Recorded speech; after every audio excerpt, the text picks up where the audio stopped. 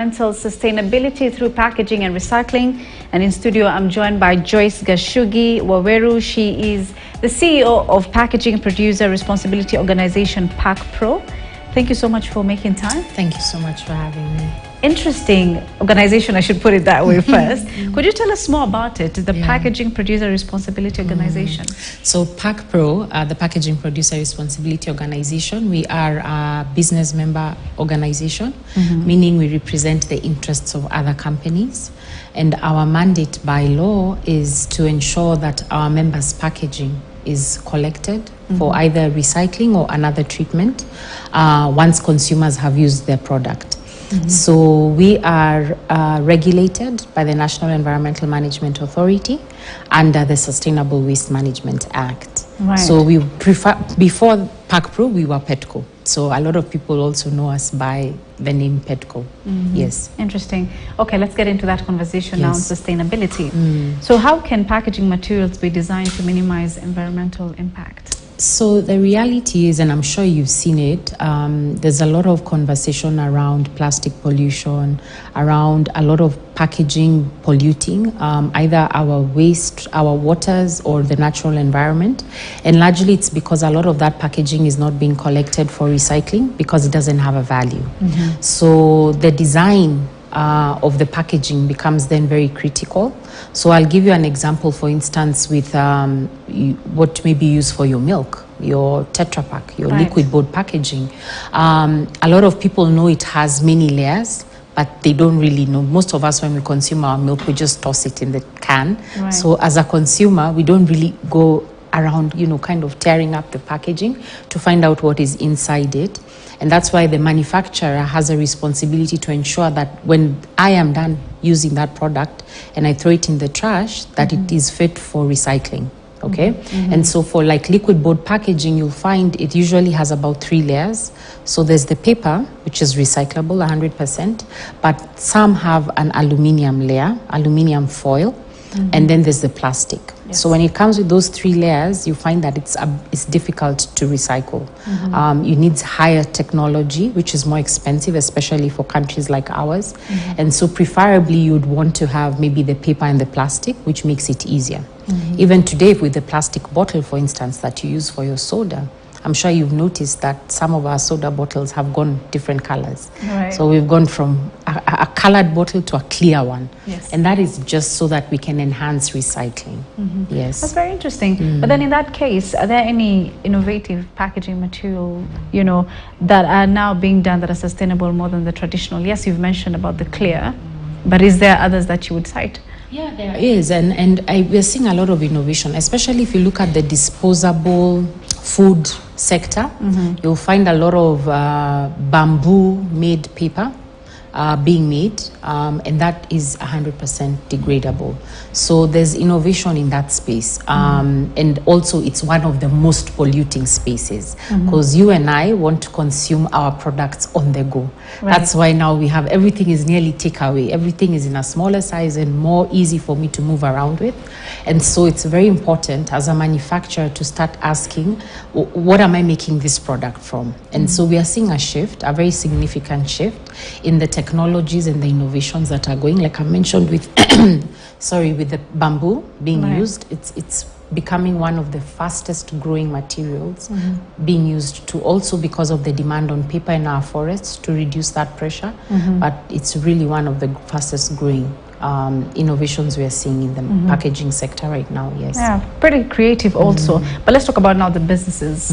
What measures do the businesses now have to take to make sure that they reduce packaging waste in their supply chain? It's quite something. So it's usually a double-edged sword, because when I tell you reduce your packaging, some of them interpret it that I'm saying reduce the volumes of product we're putting in the market. But reality, that's not it. It's about reducing how much packaging material we are putting into the market.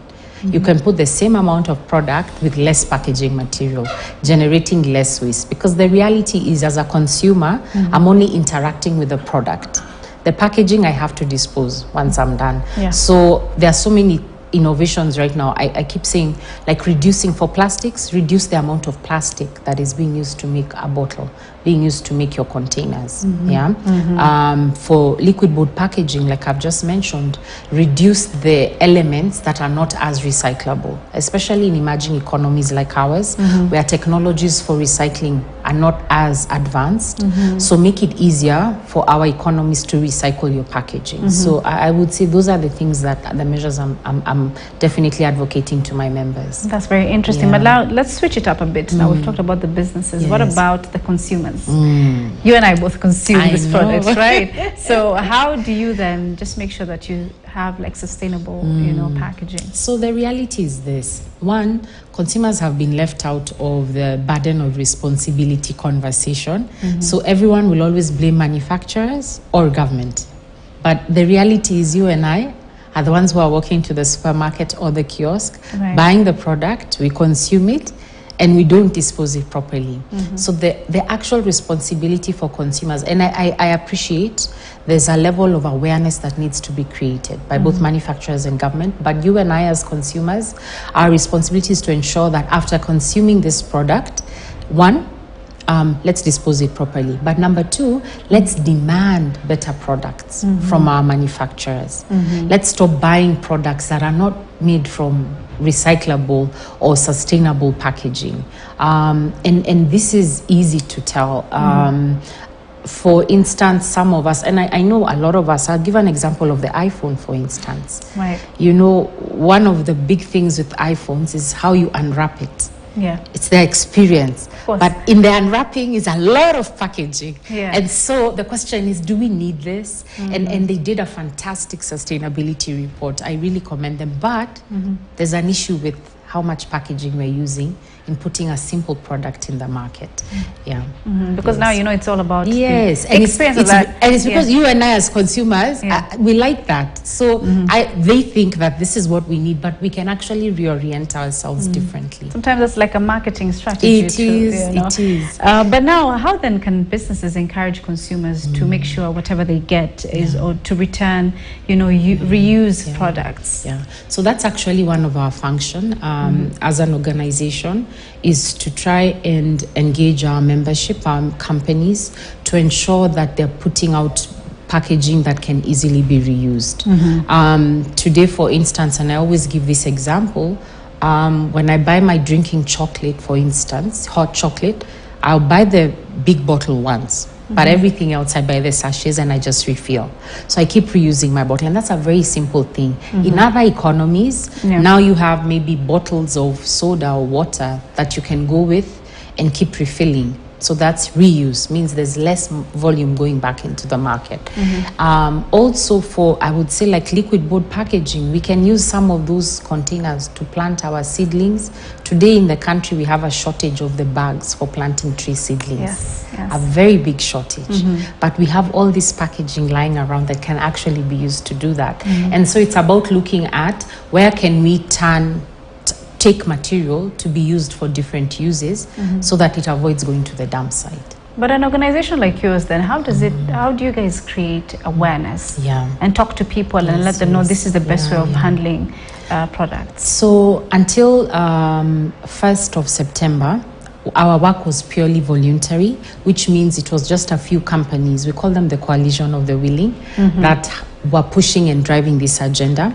But 1st September, the government has now made it mandatory, which means now we're able to mobilize more resources, so that then we are working with all 47 plus 1, our national government, to ensure that consumers are engaged right from the grassroots, so that then we are able to spread out our collection points, so that you and I as consumers have a place that's easily accessible to return our used products.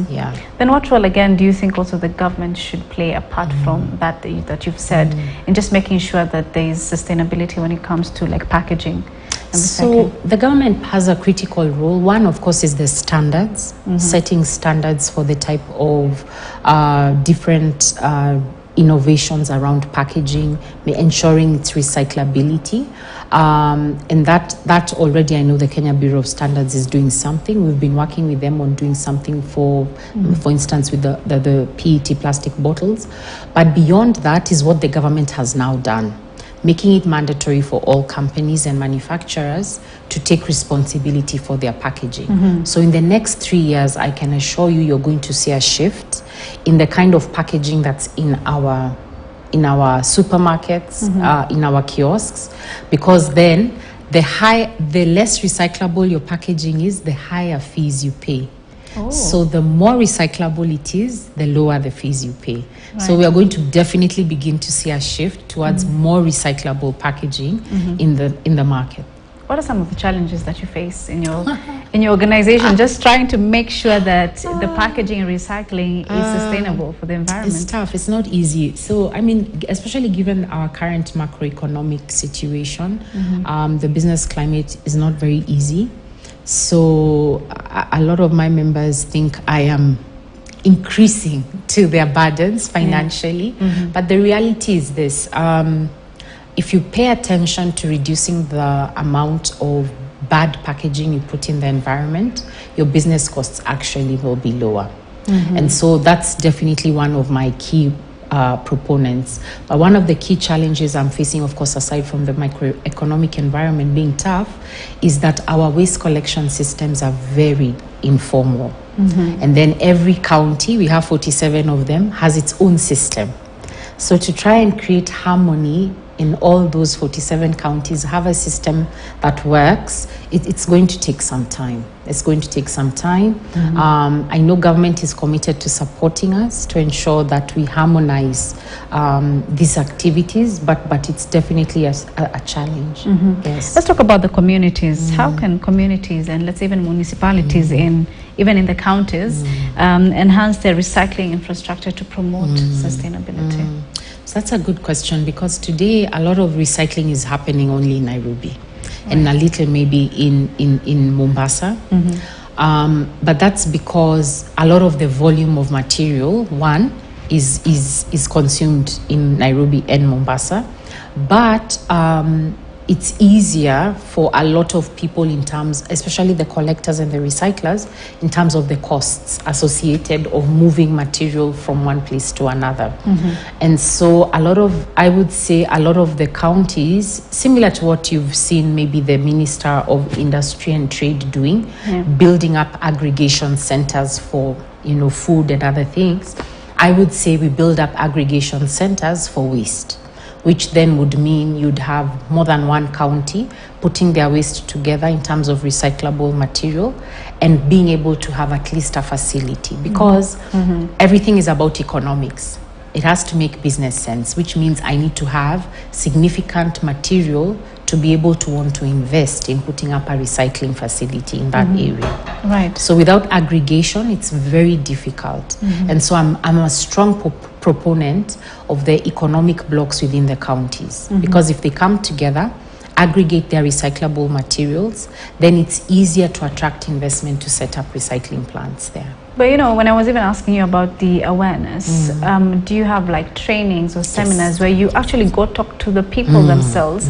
Because a lot of the times you'd find people don't understand the impact that certain things have on the environment. So is there any like trainings given usually?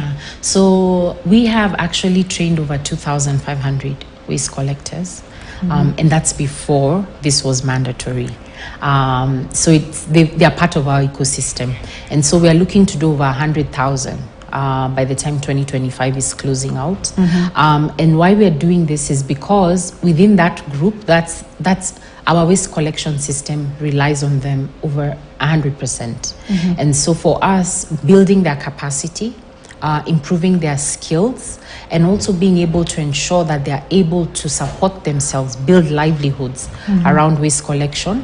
That's why we undertake these trainings. But at the consumer level, we've partnered with the Kenya Residents Association so that then we are able to engage residents at that level so that they are also aware of, one, how do they manage waste within their homes, how do they segregate most consumers will be surprised, don't even know the laws around waste management, let alone what is recyclable and what is not recyclable. And so at that level, that's one of our strongest partnerships, because then it allows us to engage with residents, consumers at that level of their homes. Yeah. How can we promote the use of reusable options, or like in terms of like the packaging? What's the best way to promote that? The best way to promote reuse is to really have better tax differentiation, which means you need to incentivize the manufacturers, and the only way to incentivize them honestly right now is through tax incentives.